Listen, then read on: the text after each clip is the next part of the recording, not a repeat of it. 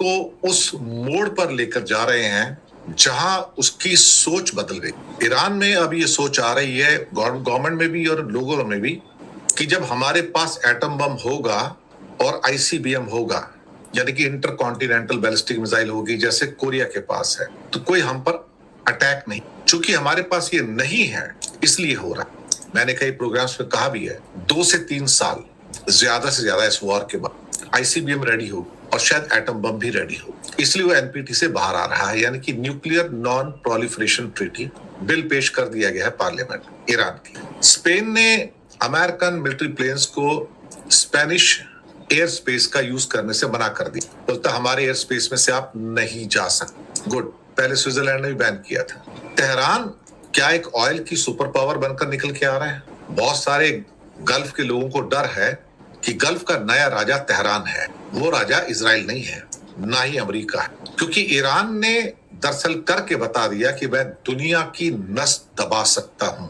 साथ में भारत ने चाइना के सीसीटीवी कैमरास बैन कर दिए। चलिए साहब, चाइना ने इस पर ऑब्जेक्शन लिया है और खास तौर से जासूसी का उस पर इल्जाम आ रहा है, जो भी है। तो वेलकम यू ऑल एंड जी हाँ नाज़रीन, जिस तरह जो है वो जंग मसलत की गई ईरानी कौम पर और ईरान पर, इसी चीज़ को लेकर जो है ईरानी अवाम और उनके लीडरान में ये सोच अब परवान चढ़ती जा रही है कि अगर ईरान जो है वो न्यूक्लियर जो टेस्ट वो कर लेता या न्यूक्लियर पावर जो बन जाता, तो आज ये दिन उनको देखने ना पड़ते। और ईरानी अवाम में उनके जो लीडरान हैं उनमें, और एक बिल जो है जैसा कि बताया गया वो भी पास कर लिया गया है इसी सिलसिला में कि ईरान एक बड़ी ऑयल पावर और अदरवाइज एक रीजनल पावर बन। अमेरिका के एक एक्सपर्ट हैं रॉबर्ट पेप, वो बोलते हैं कि अब 1 महीने की वॉर के बाद एक चीज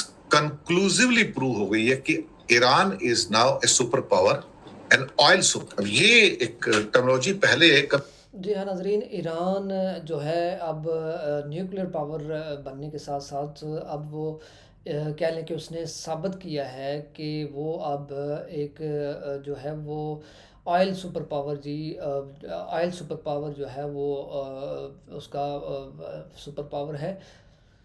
जी हाँ नाज़रीन, इस जंग में जो है वो ईरान ने साबित किया है कि वो दुनिया का जो है वो ऑयल सुपर पावर का वो बादशाह है। उसने अपने आप को इस पूरी जंग में साबित किया है और पूरी दुनिया को, उनके मईशत को जो है वो एकदम उखाड़ बिछाड़ कर रख दिया है और अपनी साबित कदमी जो है इस जंग में साबित की है और दुनिया को बावर कराया है कि दुनिया का जो जितना भी निज़ाम है वो ऑयल का जो है वो हमारे ही उसके दम से है। और इसीलिए हमारे बिना इस जंग में किसी का ठहरना वो मुश्किल है। यूज होती नहीं थी कि ऑयल सुपर पावर कौन, क्योंकि ऑयल सुपर पावर का मतलब सिर्फ ऑयल बेचना नहीं होता, तो फिर तो सऊदी भी सुपर पावर हो सकता था, लेकिन वो नहीं है ना। Iran has become oil super power because it has become a military power also and A oil power also. उस हिसाब से रशिया भी है, लेकिन रशिया पुराने जमाने का सुपर पावर है, वो अभी तक। और उसने कहा कि ये जो अभी सप्लाई चेन, ये दरअसल धीरे धीरे सबको इम्पैक्ट कर। इनका ये कहना है कि धीरे धीरे India is also getting impacted very very badly on in supply chains, extremely badly. और भारत को अपने जो हित है उसको लेके, ठीक है वो अमेरिका और इजराइल के पक्ष में है, लेकिन धीरे धीरे वो भारत को फिर से ईरान की ओर लेके जाएगा, क्योंकि बिना ईरान के और जो एनर्जी वहां से मिलती है इंडिया का गुजारा नहीं है। India has to come to Iran for seeking the some kind of help as far as crude is concerned. और बाकी एक्सपोर्ट होता भी है, चबहार पोर्ट भी है। तो चबहार पोर्ट वो लिंक है जो international north south transport corridor जो है उसका एक मेन लिंक। उनका कहना है कि अब ईरान एक बड़ी सुपर पावर बन गई, दुनिया के 20% ऑयल को कंट्रोल कर। इतना ऑयल तो दुनिया का कोई भी एक कंट्री कंट्रोल नहीं करता जितना ईरान कंट्रोल। रॉबर्ट पेप का कहना है कि 1 महीने पहले वाला ईरान नहीं है ये। बोलता है हम पुरानी मेंटेलिटी में जी रहे हैं, पुराना माइंडसेट कि अमेरिका के पास पावर है, लेकिन ईरान बहुत छोटा है। लेकिन सवाल ये पैदा होता है कि ईरान हार नहीं रहा है, भले वो जीत नहीं रहा हो, लेकिन ईरान हार नहीं रहा है। उसका जो इम्पैक्ट है अब शुरू हुआ है। अब उसने जताया लोगों को कि जो मैं करूंगा वो दुनिया के 800 करोड़ लोगों को फेस करना पड़ सकता है। और ये जो वो कर रहा है, ये समस्या आपकी रसोई तक पहुंचती है, आपके ऑफिस तक पहुंचती है, आपके रोजगार तक पहुंचती है, आपकी खेती में पहुंचती है, आपके फर्टिलाइजर पे पहुंचती है, आपकी सप्लाई लाइंस पे। बोलता दुनिया का ऐसा कौन सा मुल्क है जो 20% की ऑयल सप्लाई को कंट्रोल करे? ये बात तो बड़ी सही है साहब। कहता है ये रीजन है कि India once again slowly Iran के साथ अपने संबंधों को सुधार रहा है, लेकिन ऐलान नहीं कर रहा है कि अमेरिका को नाराज नहीं करना। लेकिन इंडिया के टैंकर धीरे धीरे हॉर्मुज से बाहर आ रहे हैं। इसका मतलब है कि ईरान के द्वारा इंडिया पे एक पॉलिटिकल प्रेशर डाला जा रहा है, और यहां पर जो कीमत चुकाने वाले वो जो अंदर के ऑयल कंट्रीज तो हैं, लेकिन अमेरिका भी इसका कीमत चुका रहा है, अमेरिका भी और इंडिया भी। कहता है लेकिन इंडिया को बैलेंस करना पड़ेगा। India is in no position to ignore Iran at any cost, ये मिस्टर पेप का कहना। तो यानी कि पहली बार किसी को ऑयल सुपर पावर का खिताब मिला है कि वो दुनिया की 20% ऑयल को कंट्रोल करते हैं। अमेरिका कहता है कि कंट्रोल मैं कर, लेकिन ईरान ने दिखा दिया कि कंट्रोल तो मैं कर रहा हूं, तू नहीं कर रहा।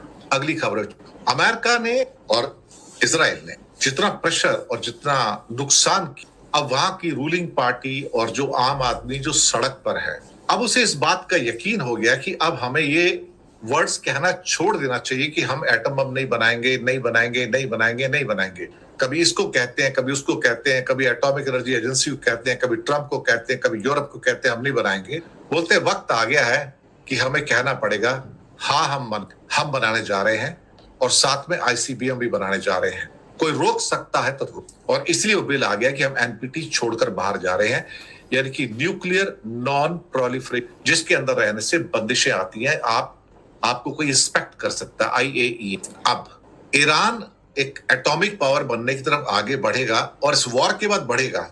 आप कहोगे मदद कौन कर? देखो 3 कंट्रीज तैयार बैठे, बिल्कुल तैयार बैठे हैं। रशिया भी है, चाइना भी है, और सबसे इंपॉर्टेंट कंट्री जो ईरान को मदद करेगा एटम बम बनाने में या आईसीबीएम बनाने में डायरेक्टली, वो होगा नॉर्थ कोरिया। लिख के रख ली, नॉर्थ कोरिया। नॉर्थ कोरिया में वो हिम्मत भी होगी ये कहने की कि हाँ मैं ईरान की मदद करूंगा, हाँ मैं ईरान को आईसीबीएम की टेक्नोलॉजी दूंगा, यानी कि इंटरकॉन्टिनेंटल बैलिस्टिक मिसाइल। एक्चुअली वो टेक्नोलॉजी देखा जाए तो नॉर्थ कोरिया की नहीं होगी, वो रशियन बेसिकली टेक्नोलॉजी। क्यों रशियन? क्योंकि रशिया और नॉर्थ कोरिया बहुत क्लोज। नॉर्थ कोरिया की तो आर्मी भी वहां लड़ रही है, आपको पता है, यूक्रेन के खिलाफ। जब चाइना के पास आईसीबीएम नहीं थे, जिसको कि डोंगफेंग 17, डोंगफेंग 41 कहा जाता है, डोंगफेंग 60 भी है उसके पास, लेकिन रशिया के पास तो पिछले 50 साल से आईसीबीएम है साहब, 50 साल से भी ज्यादा टाइम।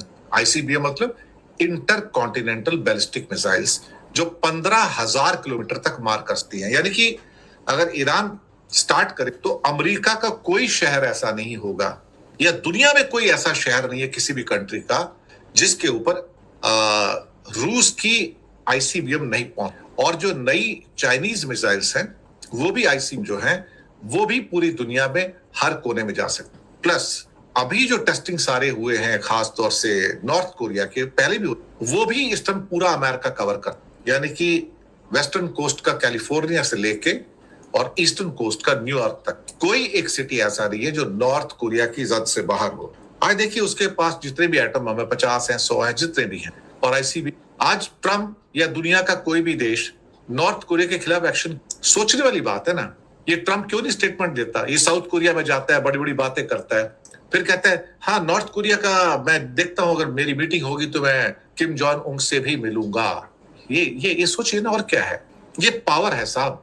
अगर आज नॉर्थ कोरिया के पास ये आईसीबीएम की और एटम बम की पावर नहीं होती तो साउथ कोरिया थर-थर नहीं कांपता था, अमेरिका थर-थर नहीं कांपता था साहब।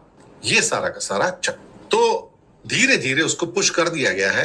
ये वॉर खत्म। मैं 2 से 3 साल का वक्त लूंगा, बस 2 से 3 साल के अंदर आप ईरान को आईसीबीएम प्लस एटम बम दोनों तैयार कर, और फिर आप देखो कि क्या नेतन्याहू अटैक करेगा उसके ऊपर, और फिर देखो क्या ये सऊदी और यूएई की दादागिरी चलेगी।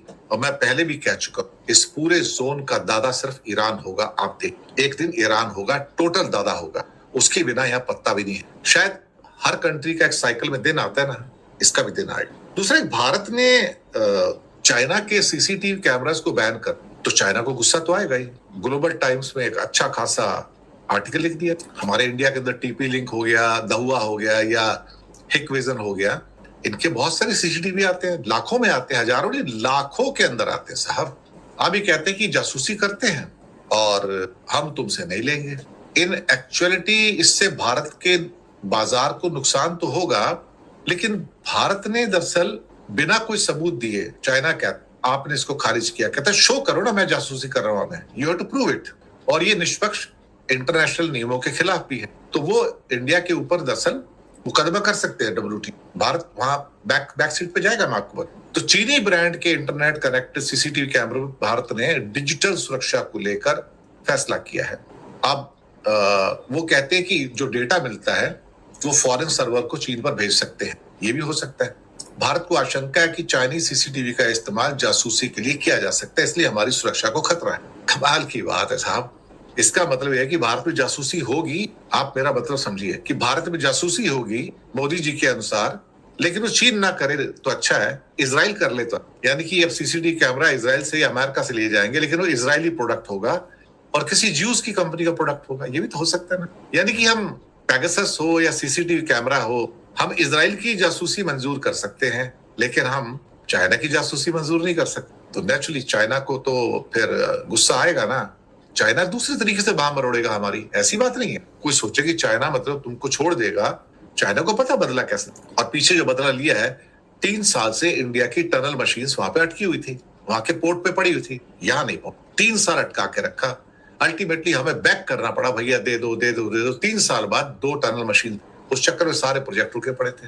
तो चाइना को पता है चाबी कहाँ घुमानी है, अमेरिका के खिलाफ भी इंडिया के खिलाफ, और वो घुमाएगा और फिर उसके बाद फिर वापस हम वहीं पहुंच जाएंगे जहां पहले थे। वैसे भी RSS वालों का भी दोस्त है ना चाइना, और मोदी जी का भी दोस्त है। मोदी जी तो चीफ मिनिस्टर होते हुए ना जाने कितनी बार चाइना गए साहब, कितनी बार। और इस बीच तेहरान अपना स्पेन ने US के एयरक्राफ्ट को एयर स्पेस देने से मना कर दिया है और कह दिया कि तुम्हारे मिलिट्री प्लेन मेरे एयर स्पेस से नहीं जा सकते, तुम्हारे शिप्स जो है वो भी मेरे वाटर स्पेस से नहीं जा सकते हैं।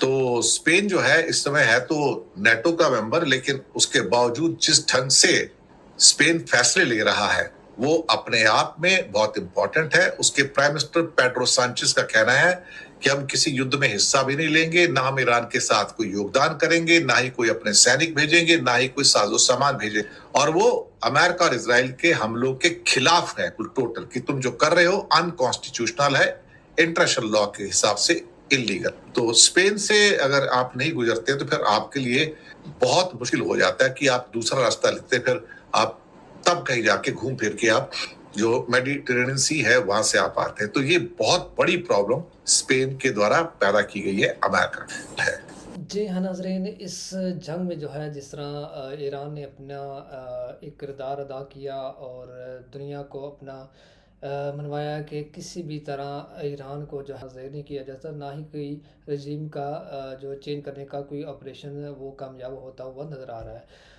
और इस सारे मामले में आपकी क्या राय है, हमें ज़रूर बताइएगा। वीडियो को लाज़मी लाइक कीजिएगा, चैनल को ज़रूर सब्सक्राइब कीजिएगा। मिलते हैं नेक्स्ट वीडियो में, तब तक के लिए अल्लाह हाफ़िज़।